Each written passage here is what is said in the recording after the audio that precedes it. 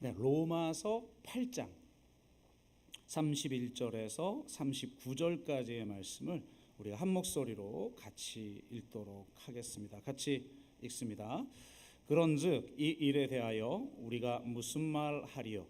만일 하나님이 우리를 위하시면 누가 우리를 대적하리요?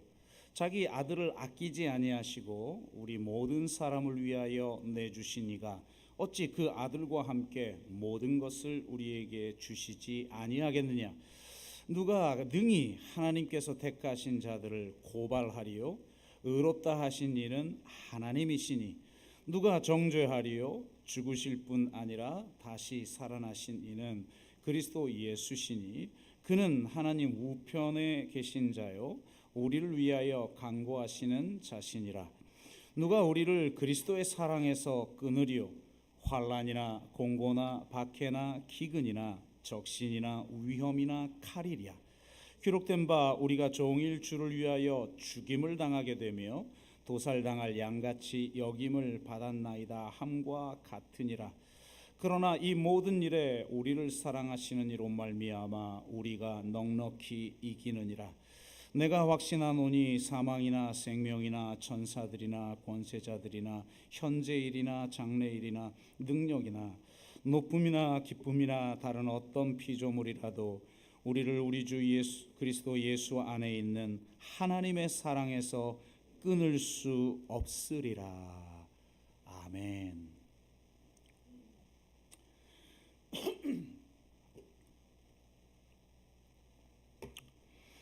네, 2주 전에 좀 센 설교를 하고 지난주는 매우 생소한 주님의 변모와 신화라는 동방 기독교의 이 개념들을 좀 다루어서 제 마음에 좀 죄송한 마음이 있었습니다.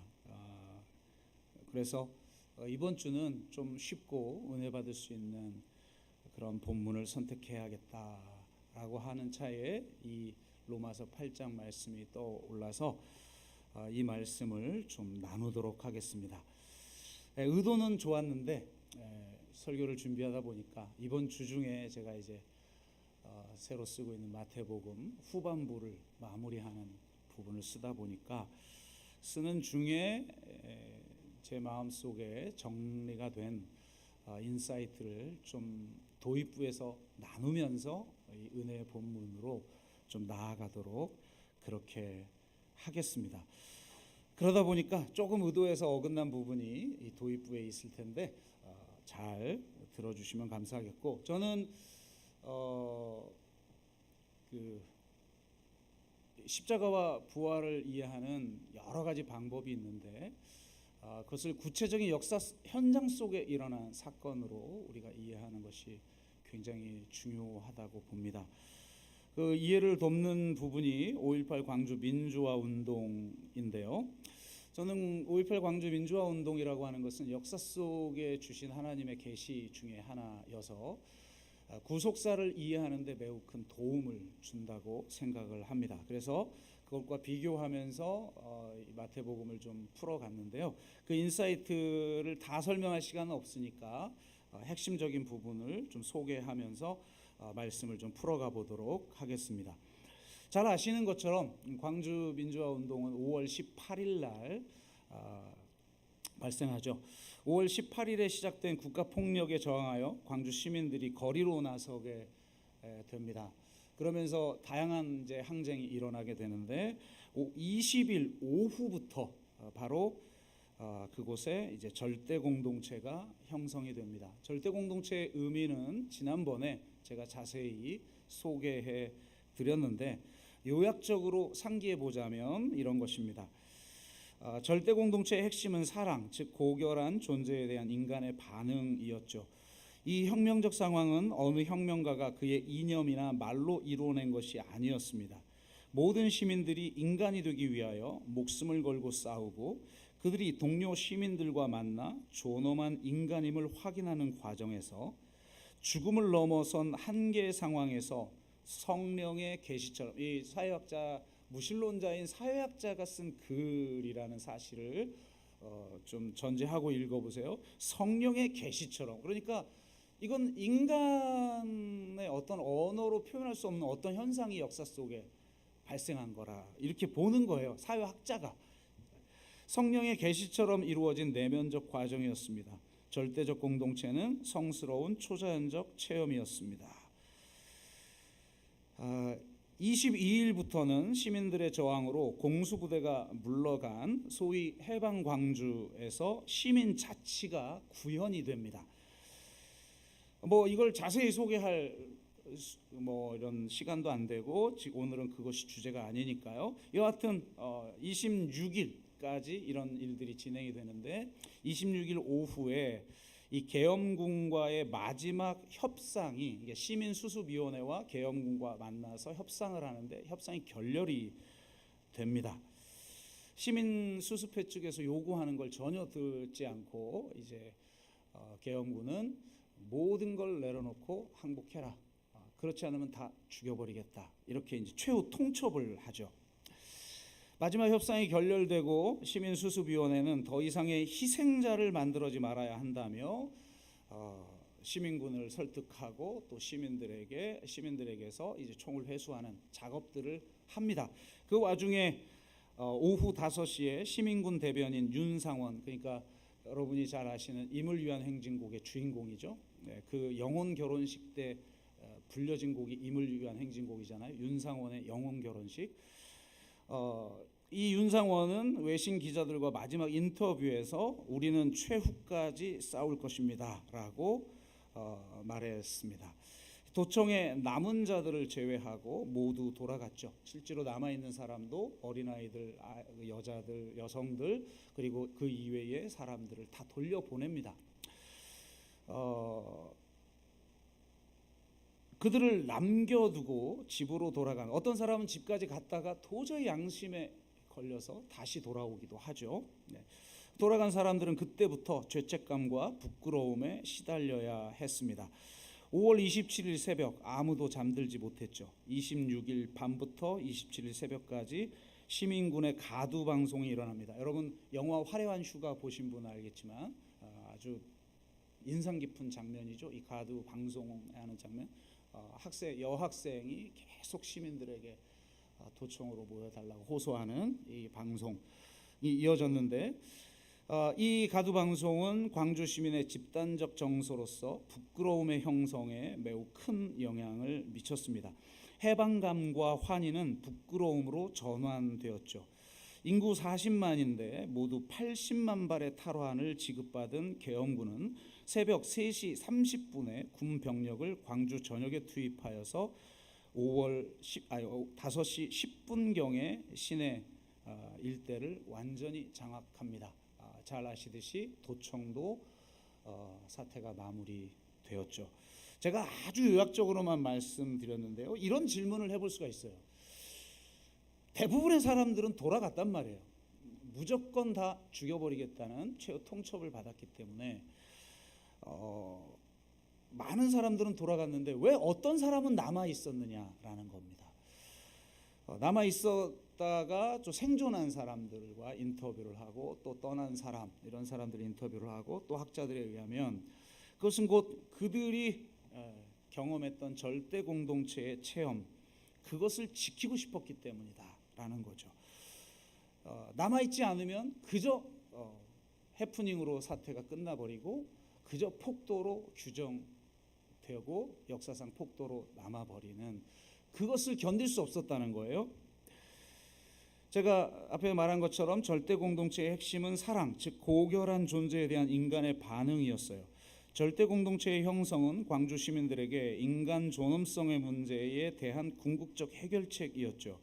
인간 존엄성은 인간이 자기 외에 더 큰 가치를 위해 생명을 거는 행위를 통해 인간 이상의 존재임을 인정하는 것입니다.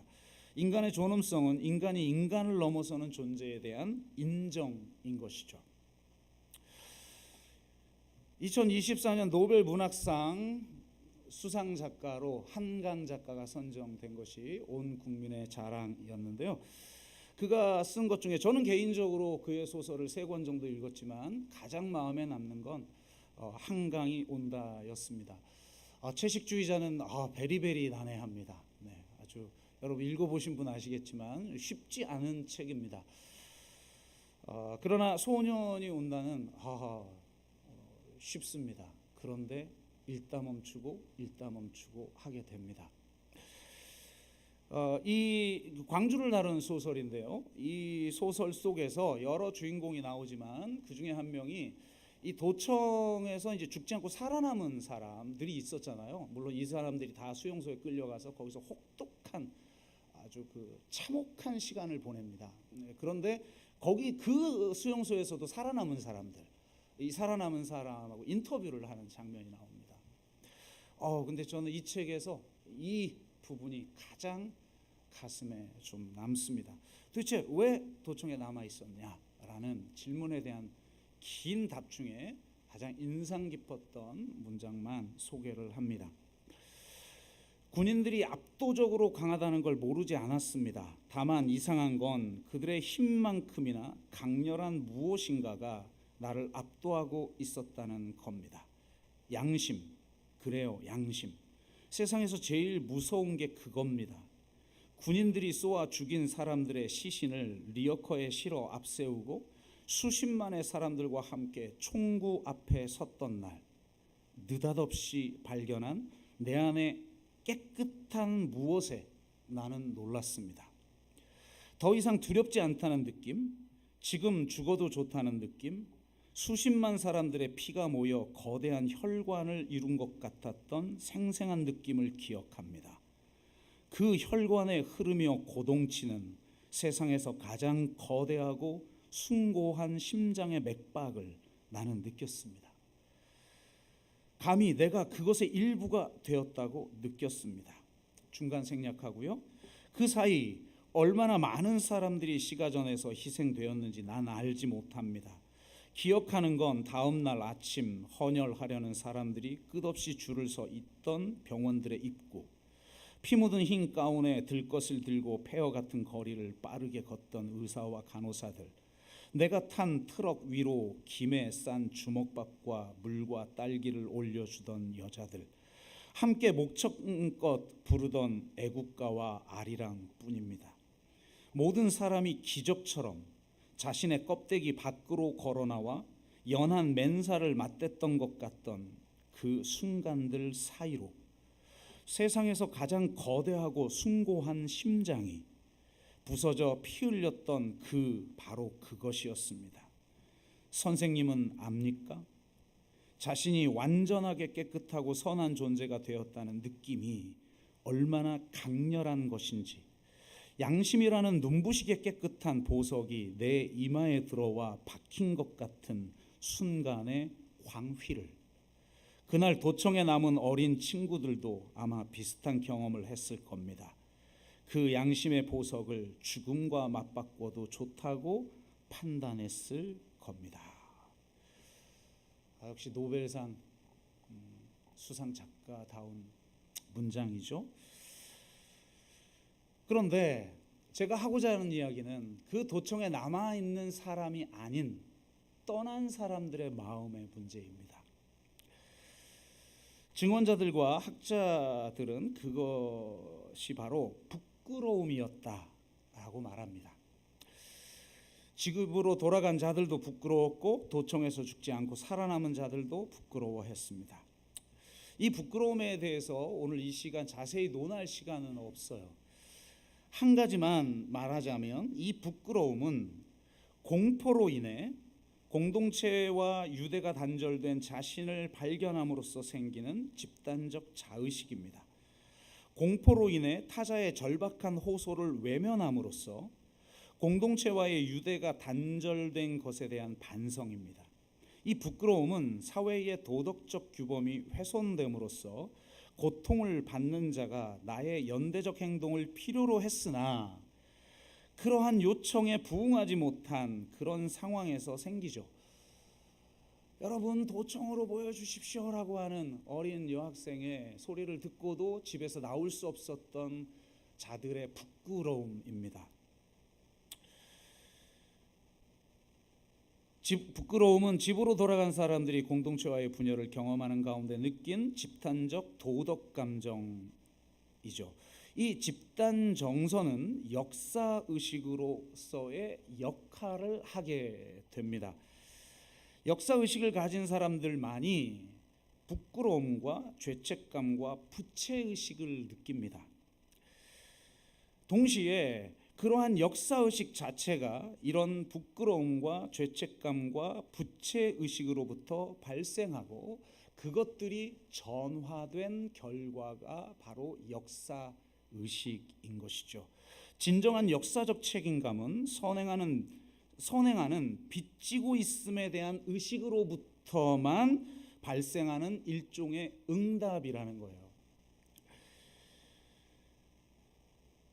그래서 그 부끄러움은 이 광주 이후 민주화 운동의 기저에 있는 집단 정서가 되죠. 영화 1987을 보면 잘 나타나 있습니다. 사실 이런 내가 빚지고 있는 자라고 하는 의식이 사명을 만들죠. 사도 바울도 보세요. 내가 이방인들에게 빚진 자다.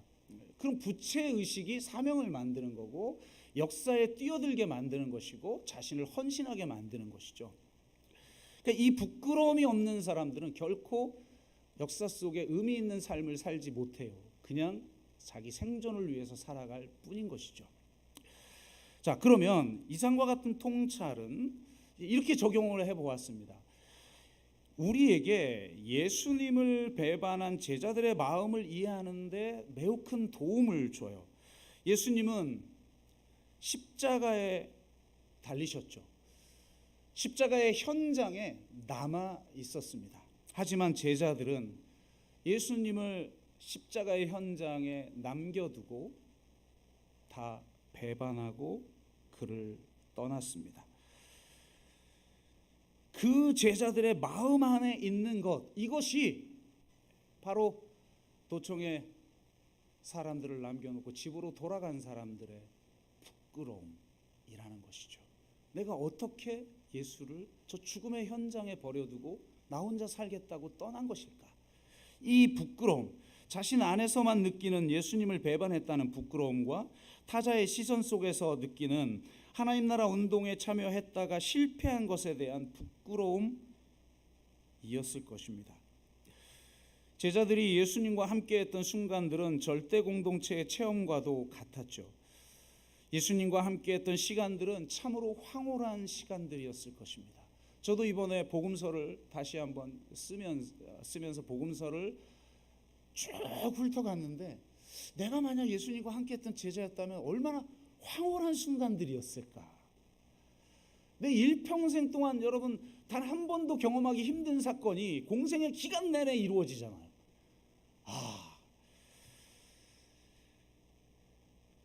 예수님을 통해 이루어진 하나님의 나라는 흘러넘침과 충만함으로 율법을 완성하고 미래를 현재로 하늘을 이 땅으로 가져오는 신비이자 축제였죠. 예수님은 그것을 지키고 완성하기 위해서 십자가의 현장에 남습니다. 스스로 그 십자가에 달려 죽기를 자처합니다. 범죄자 중 하나로 헤아림을 받고 그곳에서 죽습니다. 하지만 예수의 제자들은 예수님을 배반하고 떠났죠. 부끄러움은 예수 운동에 참여했던 제자들과 그에 동조한 모든 사람들의 집단 정서였던 것이죠. 이 부끄러움의 문제를 해결하지 않고는 한 발짝도 앞으로 나아갈 수 없고 새로운 삶을 살 수도 없는 것이죠. 그렇다면 그들은 이 부끄러움을 어떻게 해결했을까요? 여러분, 우리가 예수님이 내가 죄인입니다, 예수님이 나를 구원하신 분입니다 라고 하는 의식, 그 핵심 안에 부끄러움이 있는 거죠. 내가 예수를 죽인 자였구나 라고 하는 그것 없이는 어떻게 우리가 예수님을 믿는다고 하겠어요? 그러니까 바로 그 문제를 해결하지 않으면 안 되는데 스스로 해결한 걸까요? 스스로 어느 순간 자신의 잘못을 막 깨닫고 회개한 것, 그것이 부활이라고 하는 비유로 나타났다. 이런 어처구니 없는 수준의 것 가지고는 그건 역사를 경험해보지 못한 사람들만의 이야기예요. 그저 내면적인 문제, 개인적인 차원의 문제에만 접근하는 사람들의 자유주의적인 사고방식을 성경에 적용한 그런 수준에 머무는 것이죠. 그들 스스로 깨닫고 회개하고 돌아섰을까요? 그들의 부끄러움이 자연적으로 역사의식으로 전화된 것일까요? 성경은 그렇게 말하지 않습니다. 상식적으로 3일 만에 갑자기 그런 일이 일어날 리도 만무하지만 성경은 그 모든 것이 예수님의 부활을 통해 이루어졌다고 증언하고 있습니다. 예수님은 부활한 후에 제자 공동체를 만나 주셨고 필요한 경우 한 사람을 따로 만나 주셨어요. 제가 이번에 연구하면서 사복음서를 비교하면서 읽는데 요한복음이 진짜 독특하긴 해요. 아주 예를 들면 부활하신 주님을 만났을 때 여러 여자가들이 같이 만나잖아요. 공관복음서는. 그런데 요한복음은 막달라 마리아 혼자 만나요. 다 1대1이에요. 도마 따로 만나요. 베드로 따로 만나요. 그러면서 그 한 사람 한 사람 만나고 제자 공동체를 만나 하나님 나라의 비밀을 다시 알려줍니다. 무엇보다도 이 부끄러움에 사로잡혀 있는 예수를 배반했다는 부끄러움과 그 실패로 인한 그 부끄러움에 사로잡힌 엠마오로 돌아가는 그 제자들도 그렇죠. 철저한 실패. 예수 운동에 동참했다가 자기들이 메시아로 여겼던 그가 무기력하게 십자가에서 죽음을 목격하며 엠마오로 돌아가고 나머지 12제자는 다 예수님을 배반하고 팔고 그 부끄러움을 가지고 있는 자들에게 나타나서 너희들은 이미 용서받았다는 것을 알려줍니다. 인간의 연약함과 악함을 알고 십자가에서 그들의 죄를 궁극적으로 용서하였다는 것을 그들에게 알려줍니다. 그 십자가의 유죄 판결이 가짜라고 하는 것. 부활은 유대인들에게 부활은 의인들만의 부활이에요.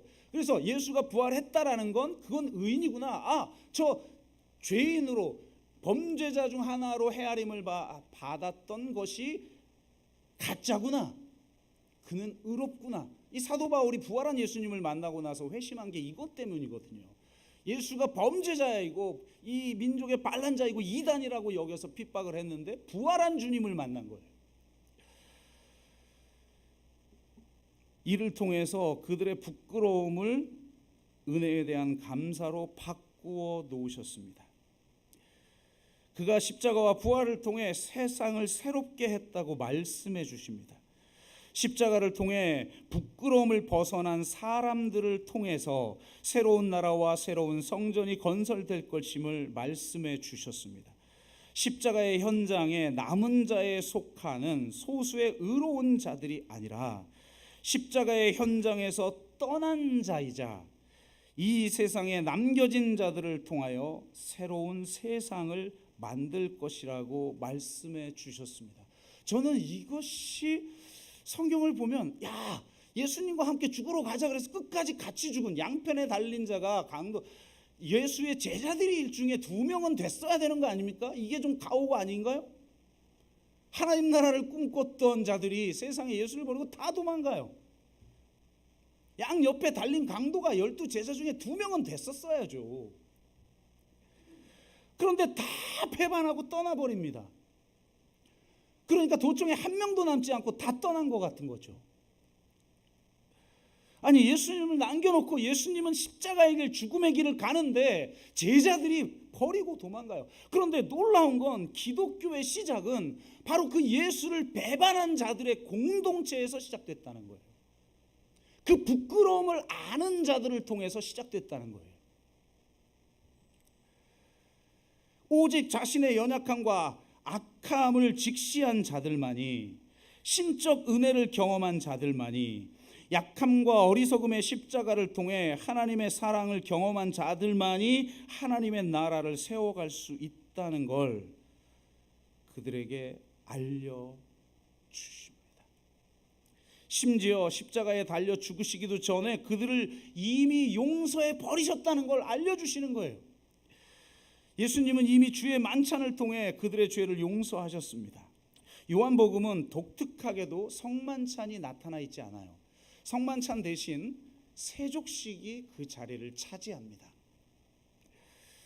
세족식의 의미가 섬김이라는 의미도 있지만 성찬처럼 죄 용서라고 하는 것이 핵심인 것이었죠. 예수님이 발을 씻기려고 하자 베드로가 완강하게 거부해요. 당신 메시아이신 분이 어떻게 종이나 하는 짓을 하려고 하십니까? 내 발을 씻길 수 없습니다. 꼭 배신할 사람들이 이렇게. 저도 배신을 당해보니까 주로 넘어갈게요.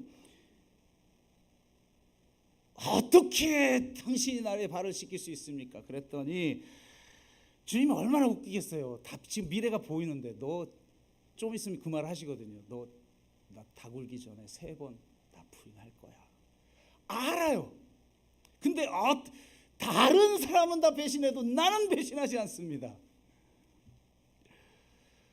라고 말하는 그 의로움으로 완강히 거부하는 베드로에게 이렇게 말해요. 내가 하는 것을 네가 지금은 알지 못하나 이후에는 알리라. 이후 언제겠습니까? 예수님을 정말 실제로 3번씩이나 부인하가 이후 부활한 주님을 만났을 때 그 부끄러움을 가지고 새로운 삶을 살지 못하고 단 인생의 한 발짝도 나아가지 못하는 그 인생을 살고 있을 때 부활한 주님이 찾아오셨을 때 알게 된다는 거죠. 네가 나를 부인하는 죄를 짓기도 전에 내가 너를 이미 용서했다.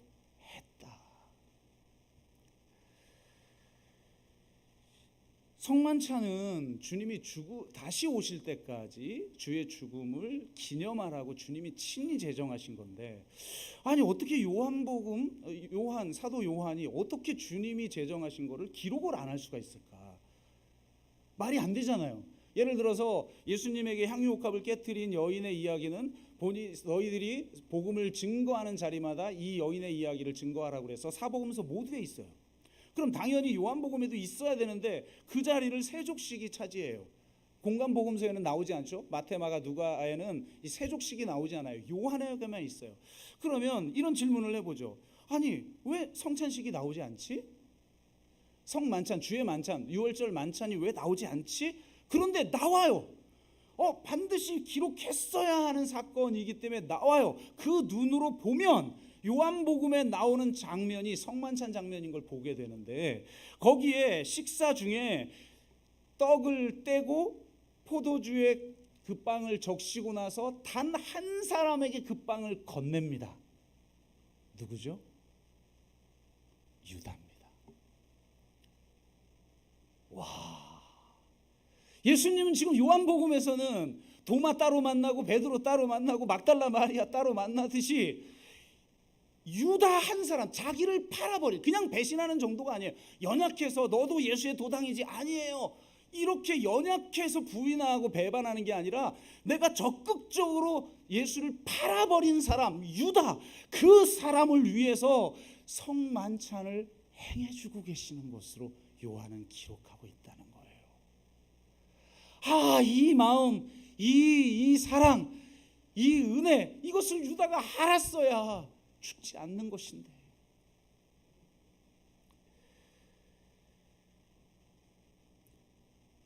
주님은 예수님을 배반한 자와 같은 우리, 그 자리를 지키지 못하고 다 집으로 돌아간 사람들과 같은 우리, 그래서 오직 부끄러움 속에 살아야만 하는 우리, 그런 우리들을 통해서, 그 연약한 자들을 통해서 하나님의 나라를 이루어 가시는 줄로 믿습니다.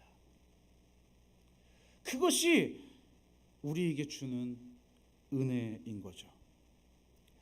오늘 본문은 이렇게 시작해요. 31절, 그런즉 이 일에 대하여 우리가 무슨 말하리요? 이 일이 무엇입니까? 바울이 로마서 1장부터 8장 30절까지 예수 그리스도의 십자가를 통해 이루어진 하나님의 의, 그 십자가에 나타난 하나님의 사랑, 이것을 증거해요. 그리고 나서 이렇게 말해요. 이 일에 대하여 우리가 무슨 말하리요? 아무 자격 없는 예수님을 배반한 나, 그리고 바울은 예수의 제자들을 핍박한 나, 그런 나를 그저 용서하시고 그 연약함을 있는 그대로 받으시고 그 십자가의 사랑에 감염되어 주님을 따르는 새로운 삶을 살 수 있도록 하시는 그분의 사랑 안에서 내가 죽고 내가 살아 새로운 삶을 살아가는 새로운 사람, 거듭난 사람이 되도록 하는 이 은혜 앞에서 우리는 무슨 말을 할 수가 없이 오직 감탄하며 감사하며 그분을 찬양하고 예배할 수밖에 없다고 그는 이야기를 합니다. 그러면서 이 은혜 너무 불합리하죠. 그냥 그 자리에 남아있는 십자가 현장까지 내가 죽으러 가겠다 하고 양편에 달린 그 정도의 의로운 사람들을 통해서 하나님의 나라를 이루는 것이 아닌, 그런 사람들을 통해 이루어지는 하나님 나라와 그 하나님의 사랑, 이건 도저히 이해할 수 없는 거죠, 세상은. 그리고 유대인들은. 그래서 아마 이런 복음에 대해서 반문이 있었나 봐요. 그 반대에 대해서 5가지 의문을 사도 바울이 다시 던집니다. 그것이 오늘 본문에 나오는데요. 첫째로 바울은 이렇게 선언하며 반문합니다. 만일 하나님이 우리를 위하시면 누가 우리를 대적하리요. 그러니까 이 엄청난 사건, 로마서 1장부터 8장 30절까지 기록하고 있는 예수 그리스도의 십자가를 통해서 이룬 하나님의 그 구원, 그분의 그 은혜, 그 구원의 사건, 이것은 우리를 위한 거라는 거예요. 대단하게 주님을 위해서 죽으러 가자 그러고 끝까지 주님을 따라 가다가 양편에 달려 죽은 자를 위해서가 아니라 바로 예수를 배반한 우리, 그래서 평생 부끄러움 속에 살아갈 수밖에 없는 그런 존재인 우리를 위하여 그분이 십자가에 달려 죽으셨다면 누가, 그리고 그 죽음의 권세를 이기신 그 이김을 우리에게 선물로 주셨다면 도대체 누가 우리를 대적하겠는가? 아멘. 이 당당함이 그리스도인에게 있다는 거예요. 아유, 나는 예수를 배반했던 사람인데, 아유, 난 살겠다고 집으로 돌아간 사람인데, 이러면 역사 속에서 하나님의 나라를 이루는 위대한 삶을, 우리 일상의 소소함조차도 위대함인지를 깨닫고 충실하게 일상을 살아가는 그런 삶은 살아갈 수 없죠. 종교개혁자 마틴 루터와 동역을 했던 친구가 멜라니톤인데, 얼마나 둘이 친했냐면 두 사람은 죽은 다음에도 유언에 따라 부부지간도 아닌데 비텐베르그 교회의 무덤에 함께 안장이 돼요. 그 옆에 부인이 안장된 게 아니라 루터의 무덤에 멜라니톤이 바로 안장이 같이 됩니다. 마틴 루터가 종교개혁을 하면서 크게 실망하기도 하고 낙담하여 포기하려 할 때마다 멜라니톤은 이렇게 말했다고 해요. 자네가 성경에서 발견한 진리를 진리라고 확신할 수 있다면 그 진리는 반드시 이길 것을 믿어야 하네. 또한 그들은 서로 편지를 주고받았는데 루터와 멜라니톤이 동시에 좋아했던 구절이 하나 있었는데, 그게 바로 오늘 읽은 로마서 8장 31절입니다. 만일 하나님이 우리를 위하시면 누가 우리를 대적하리요. 아무리 강력한 로마의 권세와 그 군대 앞에서도 내가 두려워하지 않는다는 거예요. 누가 하나님의 사람들을 대적하리요. 이 당당함, 가진 게 아무것도 없는데, 바로 이 말씀에 의지할 때만 우리는 선한 싸움을 끝까지 싸울 수 있는 것입니다. 두 번째로 바울은 이렇게 반문하죠. 31절. 자기 아들을 아끼지 아니하시고 우리 모든 사람을 위하여 내주시니가 어찌 그 아들과 함께 모든 것을 우리에게 주시지 아니하겠는가.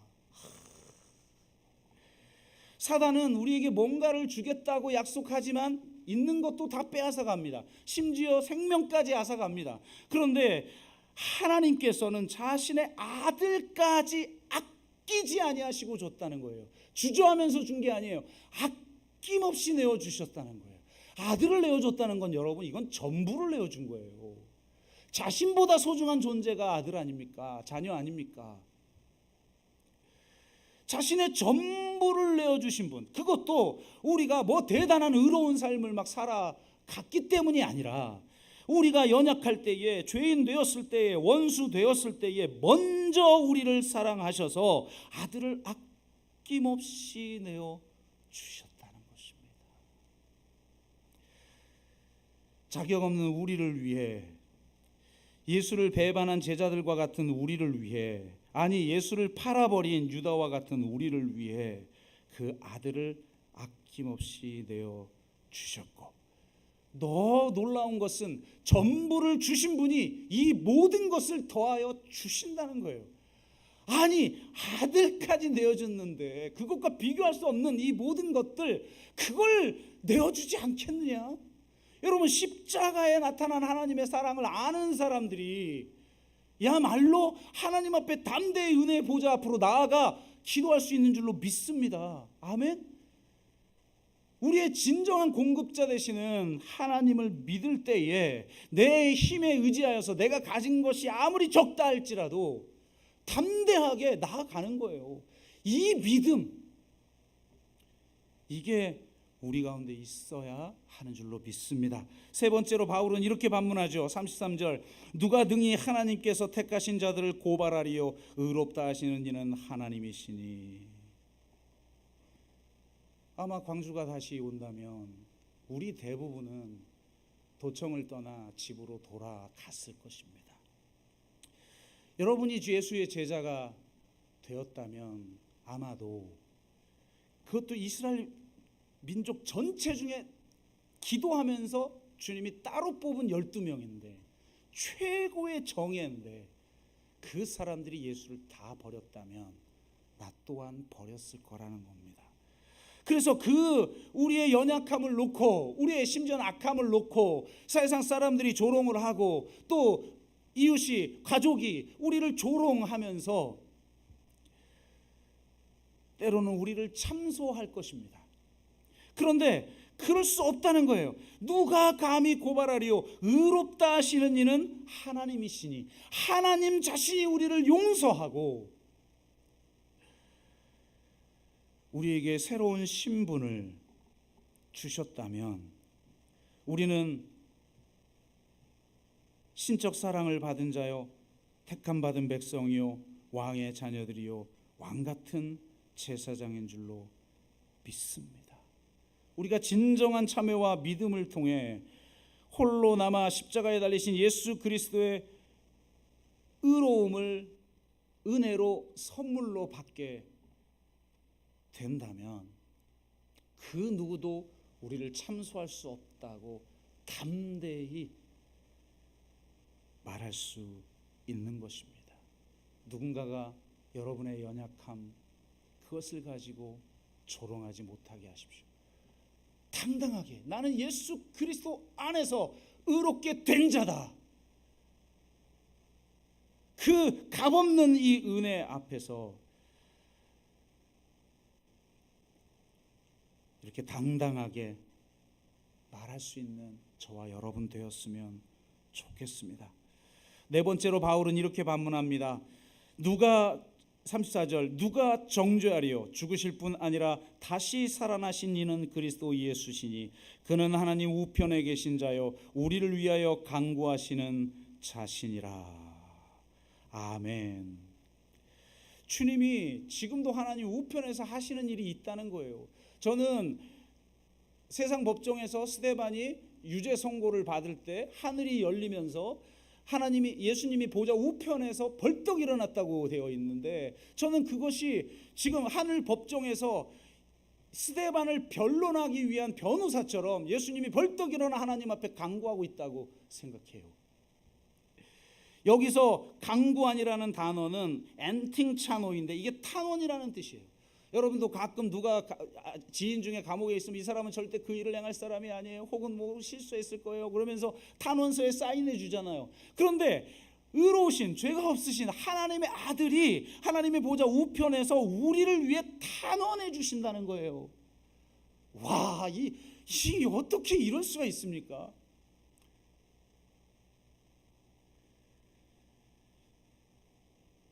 이사야서 53장 고난받는 종의 이야기가 구약에선 가장 유명하죠. 그 중에서도 53장 5절 6절이 제일 유명합니다.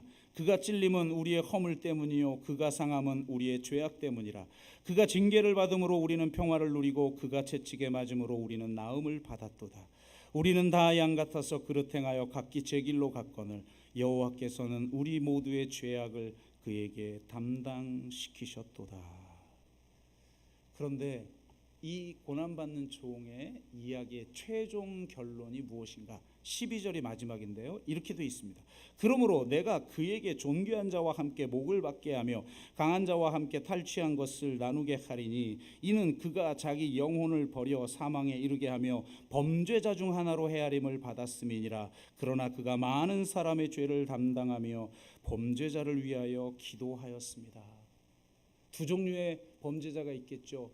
의인인데 범죄자로 헤아림을 받는 사람, 폭돌하고 오해받고 죽어간 사람들을 위해서 기도했을 것이고, 그 자리가 두려워 집으로 돌아간 그 부끄러움에 사로잡힌 자들을 위해서 기도했겠죠.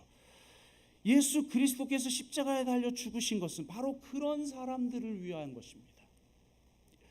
그러니까 그분이 이렇게 십자가에 죽으시고 직접 하나님께 탄원해 주시는데 누가 우리를 정죄할 수 있단 말입니까? 예수 그리스도 안에 있으면 누구도 우리를 정죄할 수 없는 줄로 믿습니다. 우리는 이 정죄함으로부터 자유케 되어 진정한 자유를 누리게 되는 거예요. 여러분, 이 자유 속에 살아가시기를 주의 이름으로 축복합니다. 마지막으로, 이건 무슨 해설이 필요 없어요. 누가 우리를 그리스도의 사랑에서 끊으리요? 환난이나 곤고나 박해나 기근이나 적신이나 위험이나 칼이랴. 기록된 바 우리가 종일 주를 위하여 죽임을 당하게 되며 도살당할 양같이 여김을 받았나이다 함과 같으니라. 우리가 예수 그리스도를 믿고 예수 그리스도의 길을 가기로 시작한 순간부터 예수님이 받았던 그 핍박과 고난이 우리에게도 있을 거예요. 그래서 마치 도살장에 끌려가는 양과 같은 처지가 우리가 될 것이라는 걸 알고 주님을 따랐습니다.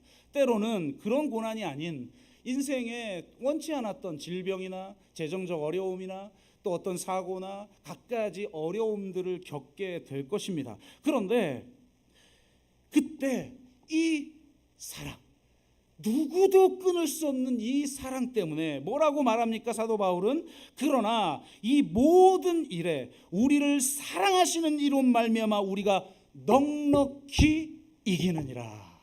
아멘. 이거 깔짝깔짝 간신히 이기는 게 아니에요. 여러분, 넉넉히 이기는 줄로 믿습니다.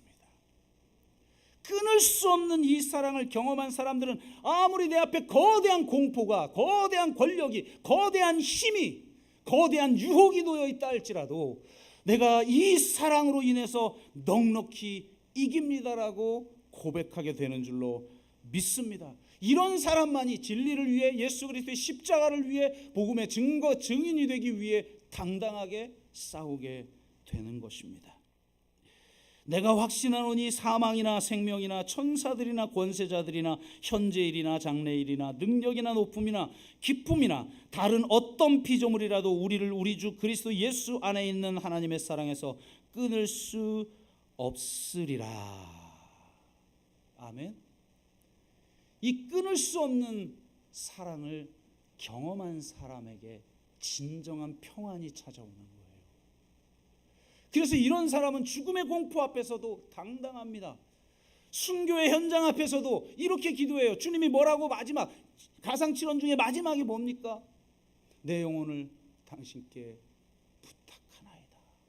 스데반이 죽으면서도 마지막으로 한 말이 무엇입니까? 내 영혼을 주께 부탁하나이다. 끊을 수 없는 그 사랑을 알았기에 하나님이 주시는 평안으로 죽음의 공포 앞에서도 내 영혼을 주께 맡깁니다. 당당하게 순교를 당하죠. 스데반이 그랬고, 순교자 폴리갑이 그랬고, 루터가 그랬고, 존 버년이 그랬고, 수많은 그리스도의 사람들이 마지막 죽으면서 이렇게 기도한 겁니다. 아버지, 내 영혼을 아버지 손에 부탁하나이다. 이 평안, 이 자유, 이 당당함을 가지고 하나님 나라를 위해 헌신하는 저와 여러분 되셨으면 좋겠습니다.